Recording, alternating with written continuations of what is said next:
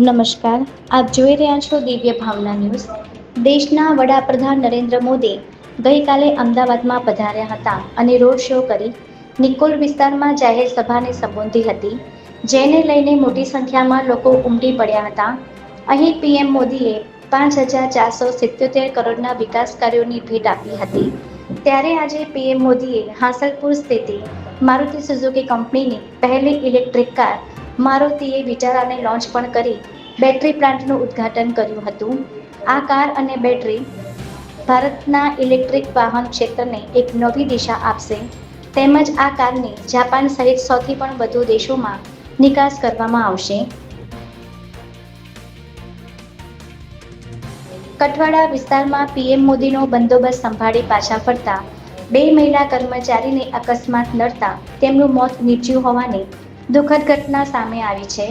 જેમાં ગાંધીનગર સાયબર સેલમાં ફરજ બજાવતા મહિલા કોન્સ્ટેબલ વિરલબેન રબારી અને 108માં ફરજ બજાવતા હિરલબેન રાજગોર એક્ટિવા પર જઈ રહ્યા હતા, ત્યારે નરોડા 108 ઇમરજન્સી સેન્ટર નજીક અજાણ્યા ડમ્પર ચાલકે એક્ટિવાની ટક્કર મારતા બંનેને ગંભીર ઈજા થઈ હતી, જે બાદ તેઓને સેલ્બી હોસ્પિટલ સારવાર માટે લઈ જવામાં આવ્યા હતા, જ્યાં તેમનું મોત નિપજતા જી ડિવિઝન ટ્રાફિક પોલીસે ગુનો નોંધી તપાસ હાથ ધરી છે. ઉત્તર ગુજરાતમાં ભારે વરસાદના પગલે ધરોઈ ડેમમાંથી સાબરમતી નદીમાં 2 દિવસથી સતત પાણી છોડવામાં આવી રહ્યું છે.